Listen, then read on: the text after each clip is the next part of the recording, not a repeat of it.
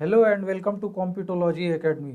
और आज जो न्यूज़ निकल कर आ रही है वो एक बहुत ही इम्पॉर्टेंट न्यूज़ है, जिसमें कि यूनाइटेड स्टेट्स जो है वो पुश कर रहा है ग्लोबल मिनिमम कॉरपोरेट टैक्स के लिए। तो ये ग्लोबल मिनिमम कॉरपोरेट टैक्स क्या है, इसके क्या इम्पैक्ट होंगे वर्ल्ड वाइड, इसकी क्या इम्पैक्ट होगी इंडिया पे, इन सब चीज़ों पे अभी हम लोग डिस्कस करेंगे। My self Vidyanand Singh, let's start the video.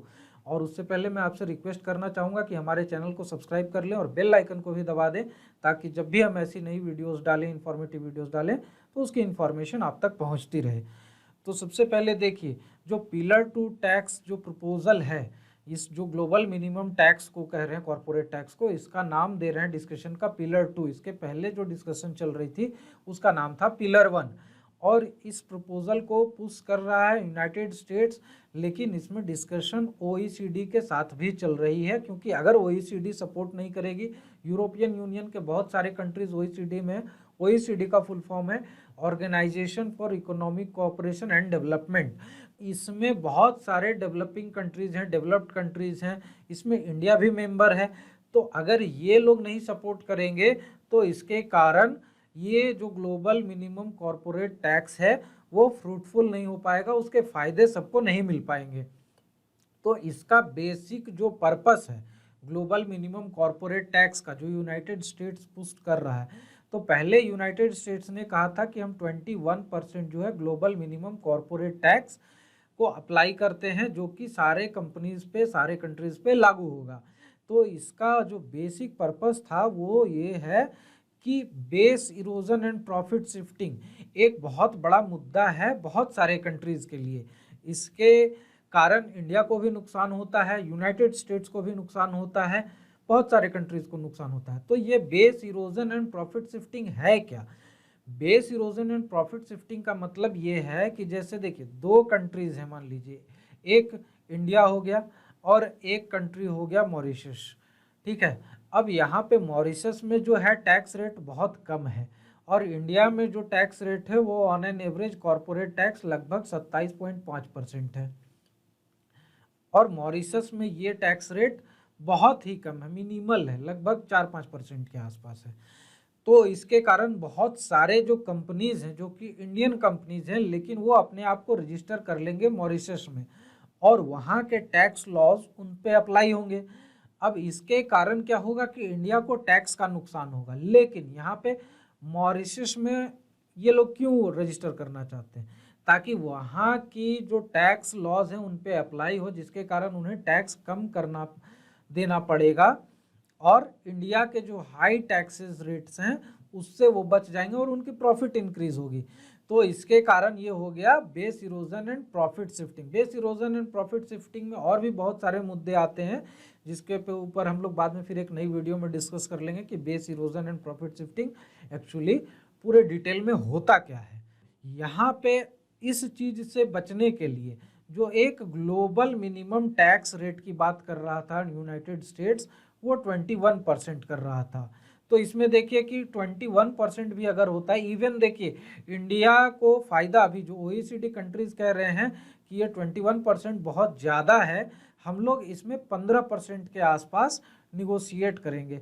लेकिन इसमें भी बहुत सारे जो ओईसीडी के मेंबर कंट्रीज हैं या यूरोपियन यूनियन के मेंबर कंट्रीज हैं, जैसे कि आयरलैंड हो गया, स्विट्जरलैंड हो गया, मोनाको हो गया, और बहुत सारे कंट्रीज हैं जो कि इस रेट को एक्सेप्ट नहीं कर रहे हैं, क्योंकि टैक्स इंसेंटिव देना, टैक्स कम रखना ही उनके कंट्रीज में इन्वेस्टमेंट लाने का एक बहुत बड़ा मुद्दा है, क्योंकि उनके पास बाकी चीज़ों में कॉम्पिटिटिव नहीं है। वो इंफ्रास्ट्रक्चर में हो गया, या ईज ऑफ डूइंग बिजनेस हो गया, या अदर गवर्नेंस इशूज़ हो गया, सिक्योरिटी इशूज़ हो गए, तो इन सब चीज़ों में वो ज़्यादा कॉम्पिटिटिव नहीं है, तो वो टैक्स रेट कम कर देते हैं, जिसके कारण कि उनके कंट्रीज़ में बहुत सारी इन्वेस्टमेंट आती है, जिसके कारण कि उनका जीडीपी ऊपर चला जाता है। ठीक है, लेकिन ऐसे कंट्रीज़ के साथ एक और बहुत बड़ा इशू है, इनकी जीडीपी तो ऊपर जाती है, लेकिन नेट नेशनल इनकम जो है सो कम हो जाता है, क्योंकि जो फॉरेन की कंट्रीज़ हैं उन्होंने तो इनकम जनरेट किया, वहाँ पर टैक्स पे किया, और उसके बाद वो जो सारा इनकम है अपने कंट्रीज़ में शिफ्ट कर दिए, या कहीं ऑफशोर किसी और दूसरे जगह पे होल्ड कर लिया। तो लिटरली जो इनकम जनरेट हुआ उसमें से सिर्फ छोटा सा अमाउंट टैक्स का ही इस कंट्री को मिल पाएगा, बाकी का इनकम उस कंट्री में री इन्वेस्ट होगा नहीं होगा, वो कहाँ ले जाएंगे, या वो अपने जिस कंट्री के हैं, पेरेंट कंपनी जिस कंपनी की है कंट्री की, वहाँ पर चला जाएगा वो प्रॉफिट।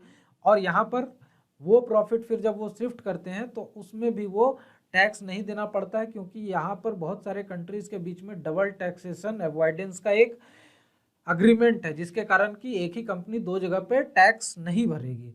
तो इसके कारण वो बच जाते हैं, वहाँ पर मिनिमम टैक्स दिया, जैसे मॉरिशस में मिनिमम टैक्स पहले देते थे। वोडाफोन ने भी इसी तरह से अपने 12,000 करोड़ टैक्स के बचाए थे जब उसने हचेसन एसआर को टेक ओवर किया था। तो इस तरह से बहुत सारे जो कंपनीज है वो प्रॉफिट शिफ्ट कर देते हैं। तो इस चीज़ से को रोकने के लिए यूनाइटेड स्टेट्स इसको लीड कर रहा है, और इसमें बहुत सारे कंट्रीज अग्री भी कर रहे हैं, जैसे फ्रांस है, ब्रिटेन है, जर्मनी, ये सारे कंट्रीज अग्री कर रहे हैं कि ठीक है। लेकिन जिन कंट्रीज में टैक्सेशन बहुत ही कम है, मिनिमल है, वो लोग नहीं अग्री कर रहे हैं। अब जैसे आयरलैंड है, वहाँ पर जो कॉरपोरेट टैक्स है 12.5% है। तो इनका कहना है कि हम 12.5% से नीचे में राजी होंगे नहीं। हालांकि इस पर निगोशिएशन चल रही है। और इवन इंडिया का जो आप देखेंगे इशू, तो इंडिया के साथ तो ये बहुत ही बड़ा इशू है, क्योंकि इंडिया में बहुत सारे ऐसे कंपनीज हैं जो कि इंडिया में के हैं, लेकिन वो या तो सिंगापुर में जाकर रजिस्टर कर लेते हैं, या मॉरिशस में, या यूनाइटेड स्टेट्स में। बहुत सारे ऐसे कंपनीज हैं जो कि अपनी कॉरपोरेट ऑफिस है, जो एमएनसीज हैं, वो फॉरेन कंट्रीज में रजिस्टर करते हैं, और वहाँ से वो इनकम जो जनरेट होता है वर्ल्ड वाइड, उसको वो इंडिया में लाते भी नहीं। बहुत सारे कंट्रीज उधर ही से उधर ही फिर और कहीं री इन्वेस्ट कर देते हैं, और आफ्टर ऑल इंडिया को नुकसान होता है। तो यहाँ पर मेन जो एम है इनका, क्या अचीव करना चाहते हैं, तो इसमें इफेक्टिव टैक्सेशन जो है एक मिनिमम वो लोग अचीव करना चाहते हैं, जिससे कि ये लोग टैक्स इंसेंटिव जो है मिनिमाइज करें।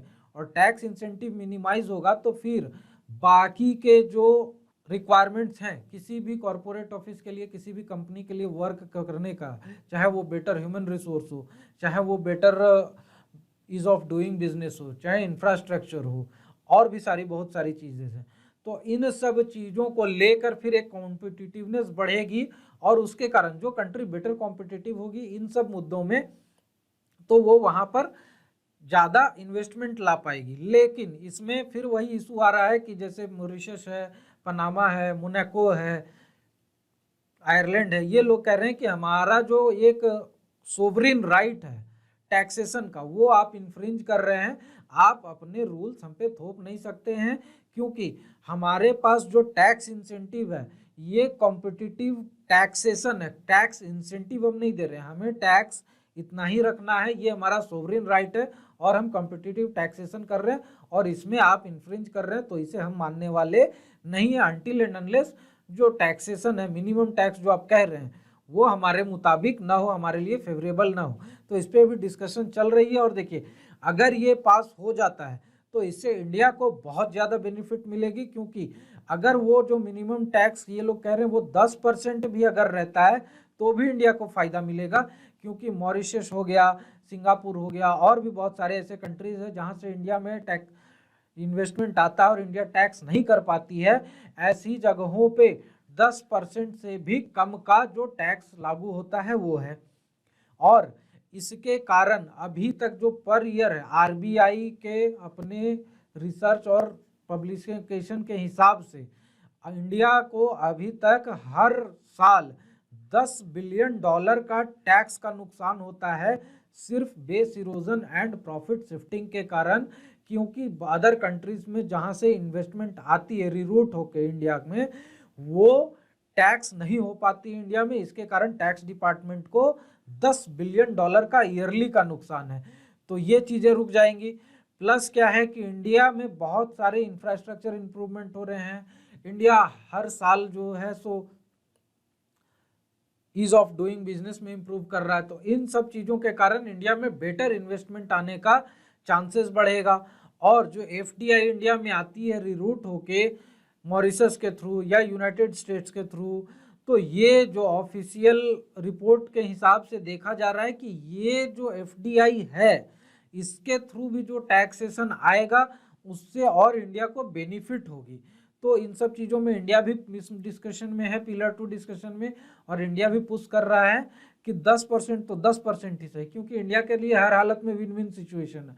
तो इंडिया का कहना है कि 10%, तो 10% ही सही, 21% जो यूएस प्रपोज कर रहा है भले वो ना हो पाए, 15 हो गया तो फार बेटर, लेकिन 10 भी हो जाता है then we are in a good position to accept that, because इससे भी हमें बहुत फायदा होगा, हमारी रेवेन्यू बढ़ेगी।